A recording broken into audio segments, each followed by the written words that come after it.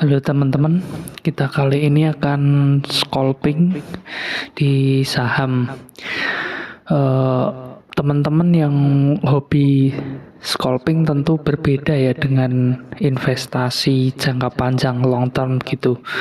Tapi yang jelas ada persamaan antara scalping, trading maupun investasi jangka panjang, yaitu menunggu.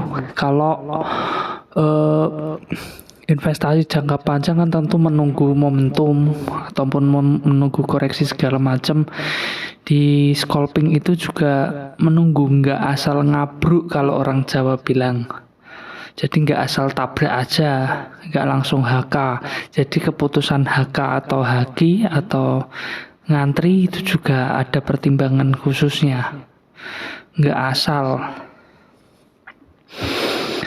Nah, ini kita lihat, kita masuk di saham yang sebenarnya naik tinggi tetapi dia kemudian koreksi. Kalau kita lihat, nah kita ngantri di 189. Apakah dikasih?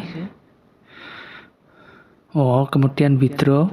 Kemudian baru HK karena 190-nya itu tipis. Nah kan 190-nya tipis, pindah ke bid, kemudian cenderung ditebalkan. Kalau kita lihat di overnya itu dia nggak ada yang tebel-tebel banget gitu, biasa aja. Jadi aman lah, meskipun bid tebal itu belum tentu nggak naik ya.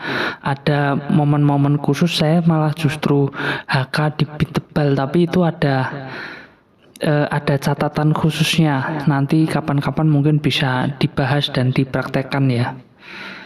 Tapi untuk sementara ini dulu. Ini kita sudah dapat barang di 190.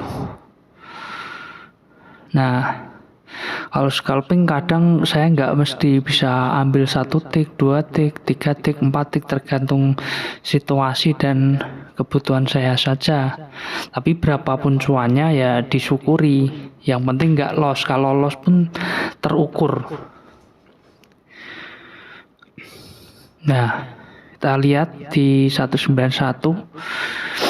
Terus di bidnya 190, harga pembelian saya tadi.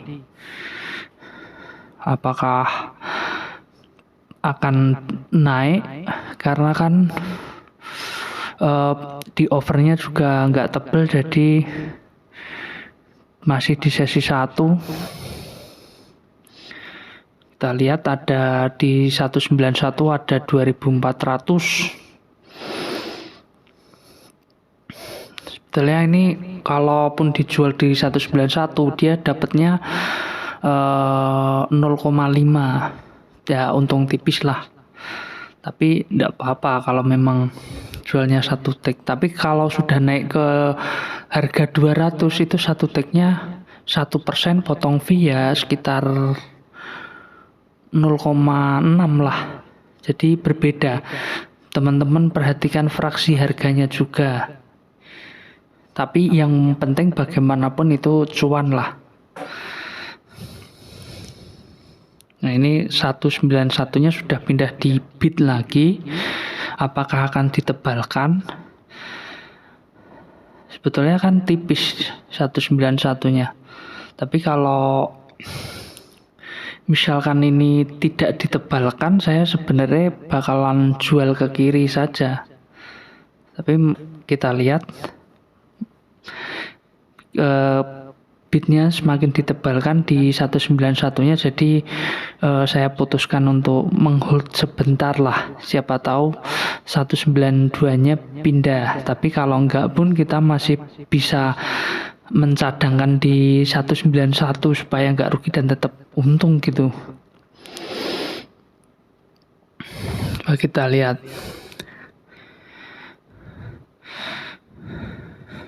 Saya kadang suka juga ketika HK, nah itu 192, ketika HK ataupun di bid tapi itu melalui pertimbangan-pertimbangan yang saya lakukan, ndak asal hajar kanan saja, tapi ada pertimbangan khususnya.